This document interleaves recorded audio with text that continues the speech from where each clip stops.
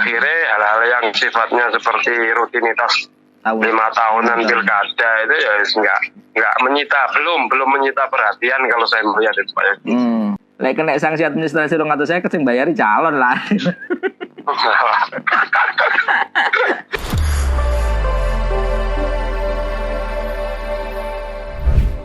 Waalaikumsalam warahmatullahi wabarakatuh, Mbak Muhajir. Ya Pak Yogi.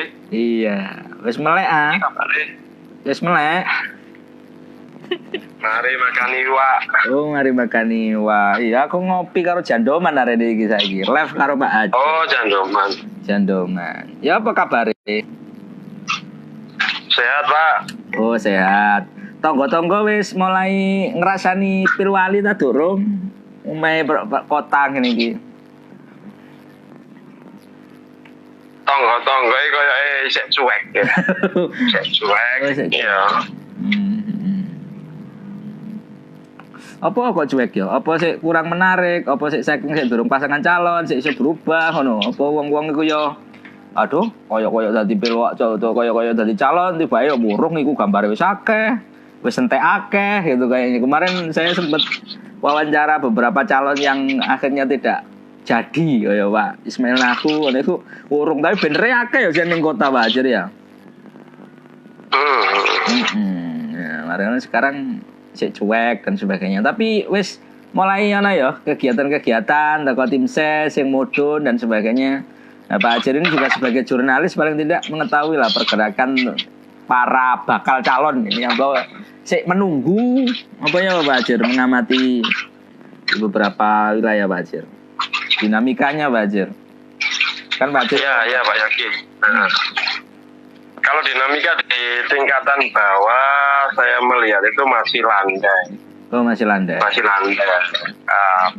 Mungkin sebabnya kalau saya melihat itu masyarakat ini kan sudah apa ya? Sudah sekian bulan ini kesel, pegel dengan COVID ini loh Pak Yogi, dengan corona, dengan dampaknya maksudnya. Dampak pekerjaan susah, terus penghasilan juga terpotong kan seperti itu kan, banyak pegawai juga banyak, terus tukang ojek gojek itu juga banyak yang sepi orderan.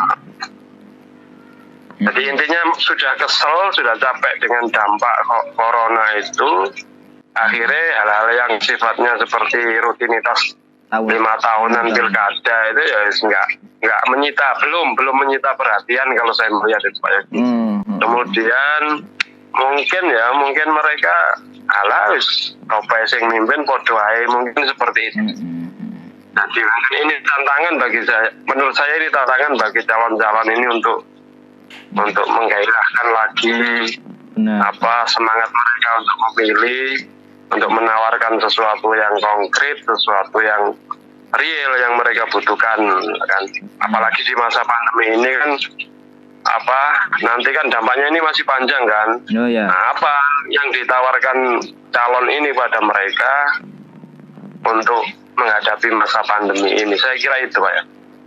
Ya, dan memang sejauh ini dari profiling bakal calon sepertinya juga masih, kalau saya amati bagaimana cara proses pendaftaran, bagaimana cara mereka mengingat kalau ini di tengah pandemi, ini juga jadi satu bagian terpenting bagi tim ses maupun calon untuk menyadari kondisi ini sebenarnya Pak Hajar ya. Apa sih yang bisa dibawa, apa yang bisa dilakukan gitu ya.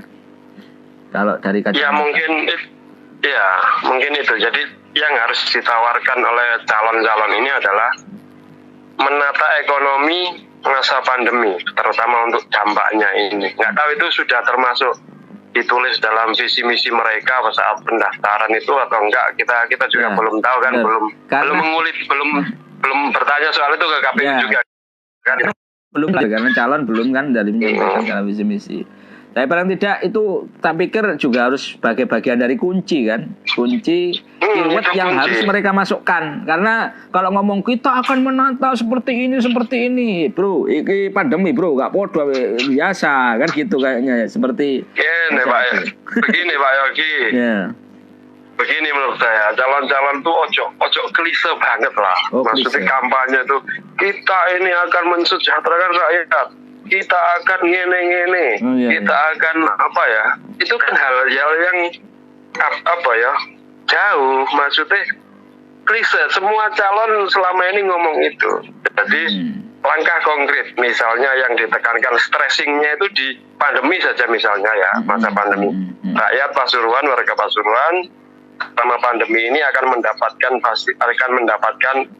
ini program kita akan mengangkat ini di masa pandemi biar itu mungkin bisa jadi stressing lah kalau saya bisa sampaikan ke calon-calon ini untuk menggait suara lah mungkin. Itu strategi ya mungkin ya. Ya strategi. Oh iya kok bakal strategi jauh. Ya enggak, paling tidak itu kan jadi bagian dari apa ya, itu yang harus dilakukan. Memang keyword kata-kata kunci yang katanya dengan kita akan mensejahterakan, dan itu kayaknya dengan kondisi yang real hari ini memang jangan terlalu melangit ya, tapi membumi. Ya. Harus dibumikan. Aku lihat kata-kata ngelangit gini kayak malah kayak mengarah nang calon Marian. Ojo. Ya paling tidak itu kan ya, terutama kaitannya dengan ini. Nah, Kota Pasuruan sendiri kan klasternya juga, meskipun mereka juga tidak hari ini juga repot mikir wis tuku tes apa PCR apa belum ya? Pemkot ya? Belum kayaknya ya. PCR belum. Nah, cuman ini masih zona merah, jadi kawasan rentan gitu kan. Kematian juga tinggi kan, ada 65 sekian itu dari 550 sekian kasus. Itu kan termasuk tinggi itu. Kematian rating kematiannya. Hari ini sebenarnya yang kita tunggu-tunggu itu begini Pak Jer. Kalau dulu itu kan termasuk juga mekanisme. Nah, KPU kan mengatur katanya dengan bagaimana cara berkomunikasi, cara misalnya nanti ya apa caranya menggait massa dengan tidak melanggar protokol kan gitu. Kalau dulu kan ada rapat-rapat terbatas. Lek gak ngumpulno wong terus ngandani lah tekopo gitu kan. Kalau mereka memanfaatkan yang sekarang wong hari ini dianjurkan untuk tidak terlalu banyak berkumpul. Nah, kalau ini rapat-rapat terbatas. Nah, calon ini harus bisa mengatur ini sebenarnya ya, untuk bagaimana cara mereka berkomunikasi. Di sisi lain akhirnya apatisme pemilih juga tidak ada. Kalau rapat ketemu tapi blusukan satu-satu 2 orang itu saya sudah terlihat loh Pak Jer dari calon itu. Mudun dan sebagainya. Ning kampung Eriko wis ono dayo apa? Belum ya? Kayak itu nggak bayagi mungkin ini. Jadi calon itu kan benar-benar kita mengharapkan kan calon itu kan calon yang memberi contoh itu, calon yang memberi contoh masyarakat. Misalnya begini, calon ingin mengadakan pertemuan gitu. Ya, si betul. Calon ini dan tim suksesnya seharusnya benar-benar nanti pada saat kampanye dan sebagainya ya sudah ditetapkan. Si calon ini benar-benar memperhatikan itu, memberi contoh bahwa pertemuan yang saya adakan ini benar-benar sesuai protokol kesehatan, benar-benar memperhatikan itu. Selama ini kan mohon maaf kalau kalau pas pendaftaran kemarin kedua calon kan itu melanggar itu, ada kerumunan, walaupun pakai masker semua tapi banyak kerumunan. Nah, itu jangan sampai terjadi lagi ya. Oh iya, calon memberi contoh pada masyarakat. Ini cocok kan aku ngomong karo sampean ya, sesama ini ngomong nang liyane mungkin akan salah. Misalnya kemarin kan aku sempat mempertanyakan itu. Iya apa dengan model kerumunan, dengan keramaian yang jumlahnya juga lebih gitu kan ya. Kayak dihitung lebih toko 100 katakanlah itu ya misalnya ya. Nah, di situ juga kemudian nanya, loh iki sapa sing ngelingno dengan protokol ini? Apakah harus dibubarkan, apakah harus ditata, apakah harus ditertibkan? Nah, ini kan semuanya saling lempar. Tidak hanya di sini sebenarnya, di pusat juga seperti itu. Itu urusannya KPU ta? Orang KPU cuma ngomong anjuran ini. Wah, itu urusannya Bawaslu belum, karena mereka belum calon, nggak bisa kita menegur. Gak urusannya tentara TNI Polri loh. Kita kan nggak tahu, ini urusannya kan pemilihan dan sebagainya. Nah, semuanya saling lempar, bahkan Mendagri juga podo, itu KPU harus negur ini. Nah sama itu masih. Dan juga Pak Jir, itu kan meskipun begitu, ono ngene Pak Jir, kita ini sedang terbelah. Bagaimanapun masyarakat dan pemilih suara juga podo terbelah. Terbelah itu ngene maksudnya. Sing mereka taat ya ono, sing gak taat ya ono. Lah iki kudu digandeng kabeh, nah iki susah. Maksudnya engko sing sijine yo calone wah kita menerapkan protokol dengan gini rodok meminimalisir pertemuan dan sebagainya. Wah, sing liyane rodok pertemuan rodok intens dan sebagainya. Kan yo kira-kira harus bagaimana? Nah, ini strategi dari tim ses juga sih bagaimana main sesuai dengan ketentuan berarti kan gitu ya. Iya. Jadi gini, pemerintah, aparat keamanan, aparatur negara ini kan tetap itu menghadapi dua kubu. Kubu yang nggak percaya corona, kubu yang percaya corona. Yang pengkoh, yang angel tuturan ini kan kubu yang nggak percaya corona ini kan. Warga yang nggak percaya corona. Itu masih ada, masih banyak. Dan sekarang masih sampai sekarang sangat banyak yang apatis dengan corona itu. Ini yang jadi tantangan aparatur keamanan untuk menertibkan, gitu kan. Lah, kalau saling lempar kan yo corek kan, calon harus memberi contoh, memaksimalkan tim suksesnya agar kerumunan itu, pelanggaran protokol kesehatan di eventnya itu tidak ada.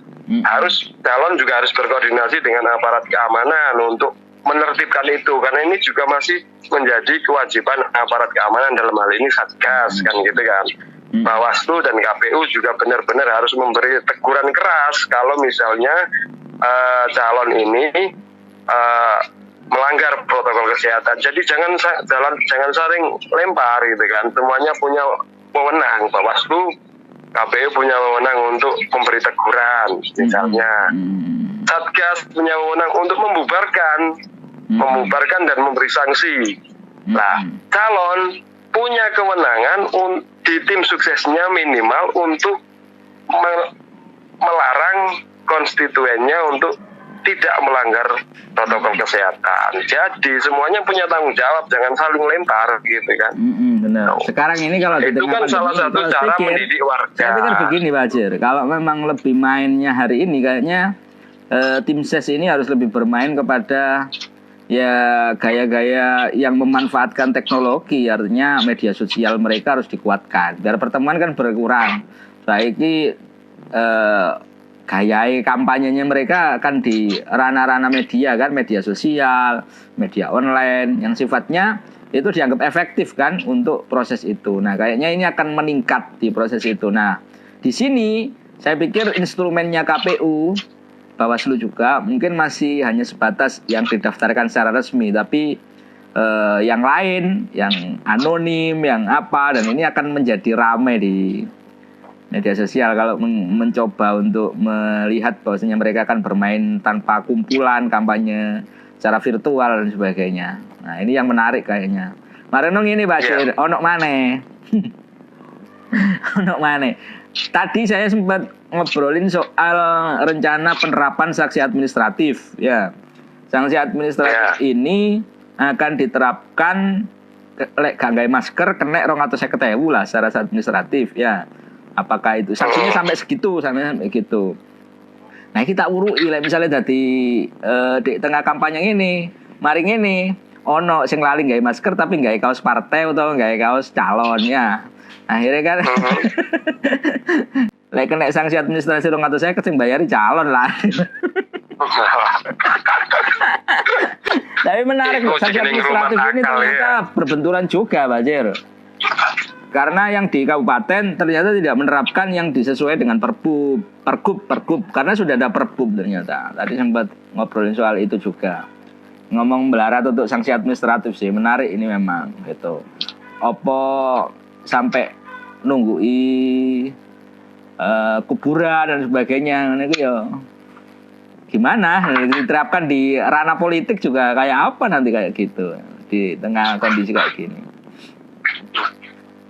Kalau sanksi itu nggak ada itu Pak Haji. Jadi maksudnya beberapa daerah ada yang belum menerapkan sanksi itu. Maksudnya kan ada yang mensosialisasikan dulu pergub itu. Kalau Kota Pasuruan kata Pak Kepala Satpol PP itu minggu depan mungkin akan dimulai sanksi denda untuk 1 minggu ini disosialisasikan dulu. Itu kan yang kota ya? Seperti itu. Itu yang pergub itu. Nah, yang enggak maksudnya yang Satpol PP kota yang menyatakan itu ya? Kota yang menyatakan itu. Jadi untuk 1 minggu ini kita disosialisasikan dulu karena kan denda kan berat kan untuk 250 itu kan berat. Jadi mungkin minggu depan bisa diterapkan denda. Untuk saat ini sanksi-sanksi yang dilakukan ya sama, sanksi sosial dan sebagainya gitu.